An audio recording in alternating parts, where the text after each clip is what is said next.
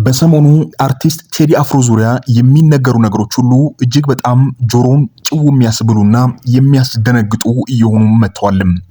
ታዲያም ይህ ጉዳይ በዚህ መልኩ እንዲሆን ያደረገው ደግሞ በአልበሙ መካከል ዳስ ጣል የምትል ትራክ መንግስትን በደንብ አድርጋ ተችታለች በሚል ሐሳብ ሰዎች በጣም በሚገርም ሁኔታ ከእርሱ ዙሪያ የሚሰሙ ነገሮች እጅግ የሚሰቀጥጡ እንደሆነ መረጃዎች ከዚህም እየወጡ ይገኛሉ።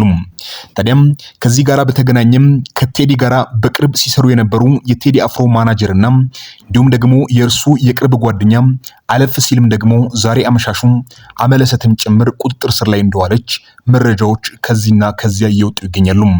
ታዲያም ከዚህ ጋር የተገናኙ አዳዲስ ነገሮችን አስደምጣችኋለሁ። እናንተም ቻናሌን ሰብስክራይብ እንድታደርጉ በታላቅ ትህትና እጠይቃችኋለሁ። በቀን 8ኛ ወር 2018 ዓ.ም ኢቶሪካ የሚባል አልበም ቴዲ አፍሮ ከለቀቀ በኋላ በጣም ፈተናዎች የበዙበት ይመስላል። ታዲያም ይህ ፈተና እጅግ በጣም እንዲበዛ ያደረገው ከተለቀቁት በአልበም ውስጥ ካሉት ትራኮች መካከል ዳስ ጣል የሚል አንድ ትራክ እጅግ በጣም መንግስትን በሚነካ መልኩ ግልጽ የሆኑ ትችቶችን የሰነዘረበት ነው የሚለው ብዙ ሰዎችን የሚያስማማው ጉዳይ ሆኗል። ታዲያም በሰሞኑ በሚዲያ ላይ ከሚለቀቁና እጅግ በጣም ከተበራከቱ ዜናዎች አንጻር ያሉት ነገሮች በሙሉ በቴዲ አፍሮ ላይ መንግስት ጥላውን እንዳጠላና እንዲሁም ደግሞ ነገሮች በጣም ውስብስብ እየሆኑ እንደመጡ ሁኔታዎች በሚገርም ሁኔታ እየገለጡ ይገኛሉ።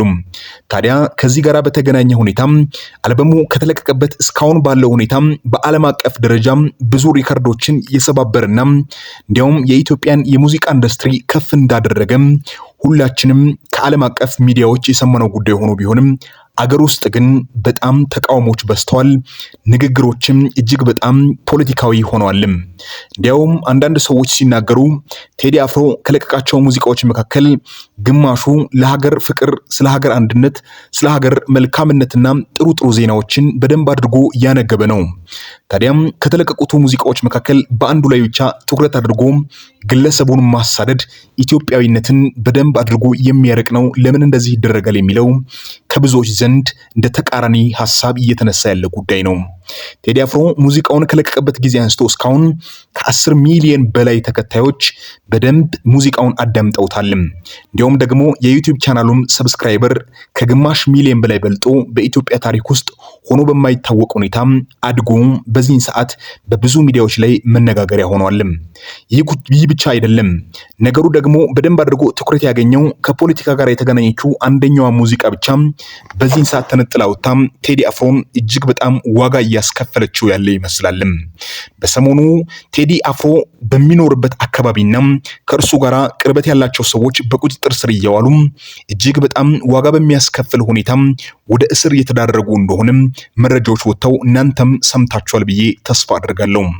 በሰሞኑ ከእርሱ ጋር ትሰራ የነበረችው ምክትል ማናጀር ሆናም ለእርሱ ቃል አቀባይና ኮንሰርቶችን ሲያዘጋጅ ታዘጋጅለትና ታሰናዳ የነበረች አንዲት ምክትል ማናጀር ከቤቷ ተጠርታ በእስር ላይ እንደምትገኝ መረጃዎች ይጠቁማሉ።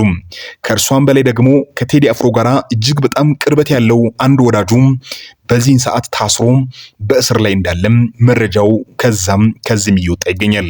ታዲያም በዚህ ብቻም አልቀረም። ቴዲ አፍሮ አሁን ባለቤቱም ጭምር ለጥያቄ ተብላም በዚህን ሰዓት ፖሊስ ጣቢያ ተጠይቃ እንደነበረና ከዛ በኋላ ከተጠየቀችም በኋላ እንደገና ወደ ቤት እንደመለሷት መረጃዎች እየወጡ ይገኛሉ። ታዲያም ከዚህ ጋር የተገናኙ ነገሮች ሰዎችን በጣም ለየክል አድርጓቸዋል። ግማሹ ለምን እንደዚህ ይደረጋል የሚል ሐሳብ ሲያንጸባርቅ፣ ግማሹ ደግሞ በሀገር አቀፍ ደረጃ ሁካታዎች እንዲፈጠሩ ይህ አልበም ምክንያት ሆኗል፣ ስለዚህ ይህ መደረጉ አግባብ ነው የሚል ሐሳብ ያስቀምጣሉ። ታዲያም ከተነገሩ እስካሁንም ከተዘገቡ ዘገባዎች በላይ በጣም ትኩረት የሳበው ደግሞ ሲኤምሲ አካባቢ ለቴዲ አፍሮ ያለ አንድ የሙዚቃ ስቱዲዮ ተበርብሯል። መበርበር ብቻ አይደለም ደግሞ በውስጡ ያሉ አንዳንድ ነገሮች፣ ፋይሎች ወደፊትም ሙዚቃ ሊያወጣቸው አስቦ ያዘጋጃቸው ነገሮች ሁሉ አንድ ላይ ወደ ፖሊስ ጣቢያ ተወስዷል። እንዲያውም ደግሞ ግማሹ ደግሞ ከጥቅም ውጪ ሆኗል የሚል ዘገባ ሰርቷል።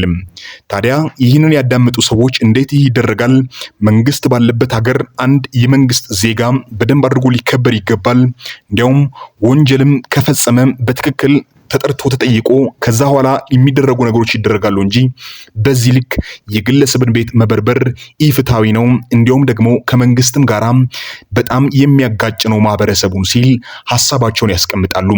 ይህ ብቻ ሳይሆን እንዲያውም ይህ ጉዳይ በዚህ መልኩ ከተፈጠረም አሜሪካ ውስጥ ለሚገኙ የሰብአዊ መብት ተሟጋቾች እኛም ሀሳባችንን አቅርበን የኢትዮጵያ መንግስት በቴዲ አፍሮ ላይ በደል እየፈጸመ ነው ስንል ጥያቄ እንጠይቃለን ብለው በማህበር ተደራጅተው ጠይቀውም እንደነበረ ዛበሻ ላይ የተፖስተውን ፖስት አንብበናል።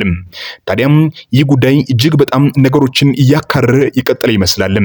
ይህንን ጉዳይ ወዲያውኑ ካላረገብን በዚህን ሰዓት የምርጫም ወቅት ስለሆነ መንግስት እጅግ በጣም ዋጋ ሊከፍል ይችላል።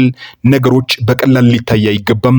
ስለዚህ በጣም ጥንቃቄ ሊደረግ ይገባል የሚሉ አንዳንድ የመንግስት አካላት ሀሳባቸውን አስቀምጠዋል። ነገሩን ይበልጥ እያከረረ ያለው ደግሞ ተቃራኒ ፓርቲዎች በዚህን ሰዓት የቴዲ አፍሮን ዳስ ጣል የሚለውን ሙዚቃም በደንብ አድርገው ድምፅ ጨምሮ እየከፈቱ በከተማ መሃልም ባነር እያንቀሳቀሱ እኛን ምረጡ ለማለት እንደ ቅስቀሳ እየተጠቀሙበት መሆኑ የፖለቲካውን ዙሩን እንዲከር አድርጎታል። ከዚህም በጣም በተጨባጭ መልኩ ኢዜማ የተባለ ፓርቲ በአዲስ አበባ ጎዳናዎች ላይ የቴዲ አፍሮን ዳስ ጣልን ትራክ ከፍቶ እኛን ምረጡ፣ እኛ እንደዚህ ነን፣ ለእናንተ መልካም ነገር እናደርጋለን፣ እንደ ሁኔታዎች አንለዋወጥም የሚላቸውን ጽኑ አቋም በቴዲ ዘፈን አማካኝነት ማስደመጣቸው ቴዲ አፍሮ ያደረገው ነገርና የለቀቀው ሙዚቃ ከፖለቲካ ጋር በትኩሳት እንዲቀጥል አድርጎታል። ታዲያ ይህን ጉዳይ በዚህ አይነት መልኩ በቀላሉ ይፈታል ተብሎ መጠበቁ ቀላል እንዳይደለም አንዳንድ አድማጮች ሀሳባቸውን ሲያስቀምጡ፣ አንዳንድ ሰዎች ደግሞ ለምን በዚህ ያክል ነገሩን ማክረር ያስፈልጋል? አንድ እንደ ኢትዮጵያዊ ዜጋ ሀሳቡን በደንብ አድርጎ ገልጧል። እኛም በፊት አዲስ አበባ በመሃል ላይ ነበርን፣ አሁን ደግሞ ሌሎች ወደ መሃል ገቡ፣ እኛ ወደ ዳር ወጣን። ይህ የግለሰብ አስተያየት ነው። ስለዚህ ለዚህ ጉዳይ በዚህ ልክ መሟገትና መንግስታዊ አካላት ተነስቶ ግለሰቡን ሊጎዱት አይገባም የሚል ሀሳቦቻቸውን በደንብ አድርጎ ያንጸባርቃሉ። ታዲያም በሌላ አቅጣጫ የሚሰሙ ዜናዎች ደግሞ ለየቅል ናቸው። መንግስት በፍጹም ለአንድ ዘፋኝ ሲል ብዙ ኃይሉን አባክኖ ጉልበት ጨምሮበት ግለሰቡን ለመቆጣጠር ዋጋ አይከፍልም። እሱ እንደፈለገ በነፃነት ተናግሯል። ለዚህ ጉዳይ ደግሞ መንግስት ትኩረት አያደርግም። እስካሁን የተሰሙ ነገሮችም ውሸቶች ናቸው የሚላቸውን ሀሳቦችን የሚያስቀምጡ ሰዎችም አሉ። እኛም ለምን አገርን እያስተዳደርን ነው፣ አገርን እያቀናን ነው። አብይ አህመድም ንግግር ሲያደርግ በየትኛውም አይነት ሁኔታ እኛን ለማሰናከልና ወደኋላ ለማስቀረት የሚመጣ ካለም እየነቀል ነው ወደፊት እንቀጥላለን እንጂ በምንም አይነት መልኩ ወደኋላ የማንሳብ መሆናችንን ልታውቁ ይገባል እያለም የተናገረውን ንግግር ከቴዲ አፍሮ አልበም ጋር አያይዘው በደንብ አድርገው እያብጠለጠሉ ሲናገሩ ያዳመጥነው ጉዳይ ነው። ታዲያም ይህ ጉዳይ በዚህ መልኩ ግራ እያጋባ ቀጥሎ ዛሬ በሚያሳዝን ሁኔታ ከቴዲ አፍሮ ጋር ቅርበት ያላቸው ሰዎች ለጥያቄ ተፈልገው ፖሊስ ጣቢያ መሄዳቸው ነገሩን ይበልጥ አክርሮታል። ታዲያም ይህንን ጉዳይ በደንብ አድርጎ በእርግጠኝነት ማውራቱ እጅግ በጣም አዳጋች ሆኗል።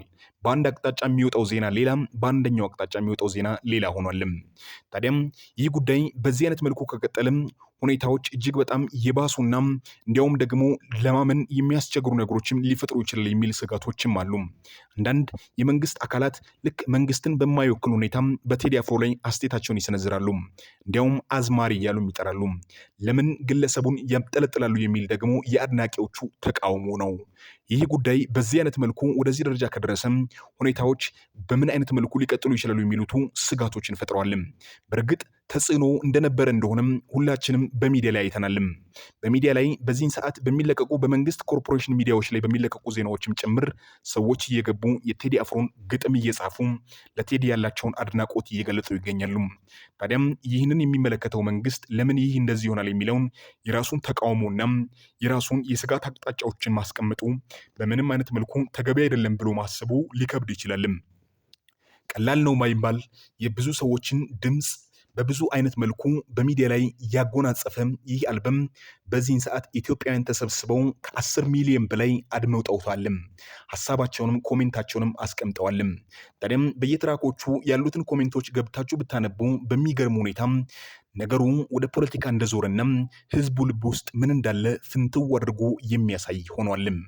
ታዲያም ይህንን ጉዳይ በጣም በሐዘኔታና በጣም በሚገርም ሁኔታ በቀላሉ ልንረዳውና ልንቆጣጠረው የምንችለው አይደለም። ስለዚህ መንግስት በዚህ ጉዳይ ውሳኔ ሊወስድ ይገባል፣ ዝም ሊል አይገባም የሚሉ ብዙ ሰዎች የራሳቸውን ሀሳብ አስቀምጠዋል። ከዚህም ጋር የተገናኘ ይመስላል በሰሞኑ ከሱ ዙሪያ ጋር ያሉ ሰዎች በዚህን ሰዓት በእስር ላይ እየዋሉ የሚገኙትም። ይህ ጉዳይ በዚህ የሚቀጥል ከሆነም መንግስት ነገሮችን በምን አይነት መልኩ ቁጥጥር ያደርጋል፣ በግለሰቦችስ ያለው መብት እንዴት ይከበራል የሚለው በብዙዎቹ ዘንድ በጥያቄ ውስጥ መግባቱ እንደማይቀር እናንተ ሁላችሁም ታውቃላችሁ። ታዲያም ይህ ጉዳይ አሁን ላይ በዚህ አይነት ሁኔታ ላይ አለ። ቀጥሎ ምን ሊፈጠር እንደሚችል ስለማይታወቅ እኛም ደግሞ ነገሩን እየተከታተልን ለእናንተ ለማሳወቅ ቃል እየገባን እስከዛው እናንተም ቻናላችንን ሰብስክራይብ እንድታደርጉ በታላቅ ትህትና እንጠይቃችኋለን። መልካም ቆይታ